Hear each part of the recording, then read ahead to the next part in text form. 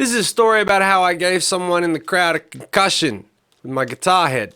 So we're playing a club show in New York. We're headlining. So you'd think, right? But it turns out that people in New York are a little bit finicky about the type of rock show they want to participate in. Because we're headlining, the place is basically full. Dance floor is basically full. So when you want to jump into the crowd, you expect them to catch you, especially if you're the headlining band, right? So there was a stage, but it was a theater type. It used to be a theater, and it had been turned into a rock venue. So it had those tiers, those pillars, where you'd be on the stage, and then there'd be like around the corner, there'd be a little thing that had a platform that maybe a statue used to be on. I don't know. But I looked at it, and it seemed inviting. So I decided during one of the heavier songs, where I usually jump into the crowd, that I was going to climb up there. So I did. And as I was climbing up there, I noticed that it was a little bit harder to climb up on top of this than normal things that I climb up on while I'm holding my guitar, because I dive in the crowd with the guitar, they catch me, and I keep playing the guitar, and then get back on, there's a little breakdown, get back on the stage, guitar back on, boom, back into the song, finish, good to go. So as I was climbing up, I realized it's a little difficult. I thought maybe, and then I get up there and I realize it is significantly higher than I originally expected. It is higher than if you look up to the first story balcony of an apartment building. It's higher than the apartment. If you jumped off the first floor balcony, I was higher than that. And I remember thinking, it's okay because I have a full length of a human body plus their arm length.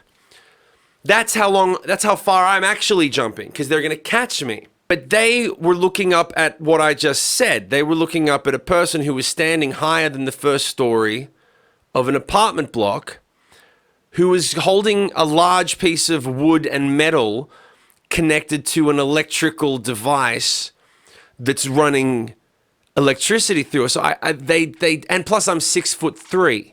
So they didn't feel the same way that I did about the moment.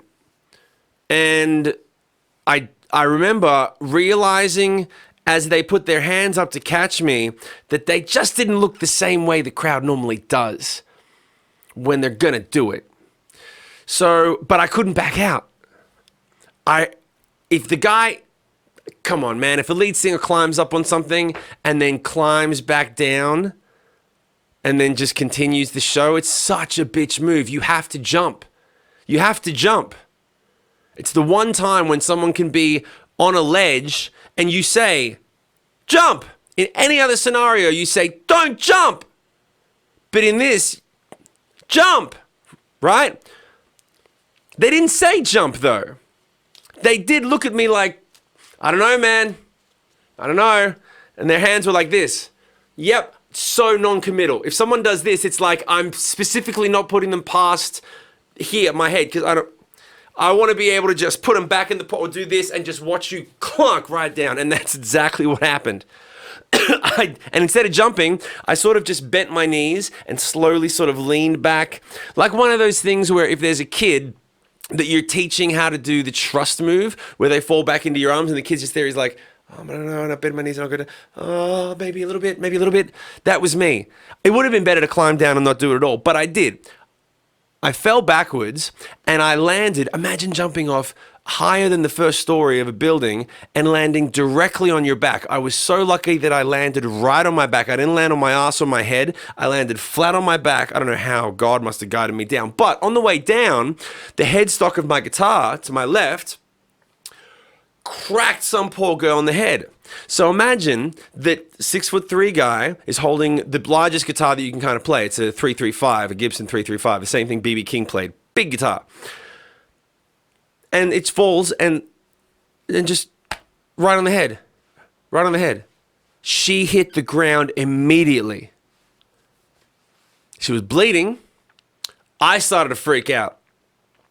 And she was taken away. I went back to the stage, didn't realize that she was bleeding and that she'd been hit until I got back on stage and someone was walking her out the door. I landed and smacked myself on the back, had the wind knocked out of me. It was like, show must go on. I got up on stage and I looked down and I realized there was a couple of people picking her up and taking her out. And I asked the text, make sure she's okay.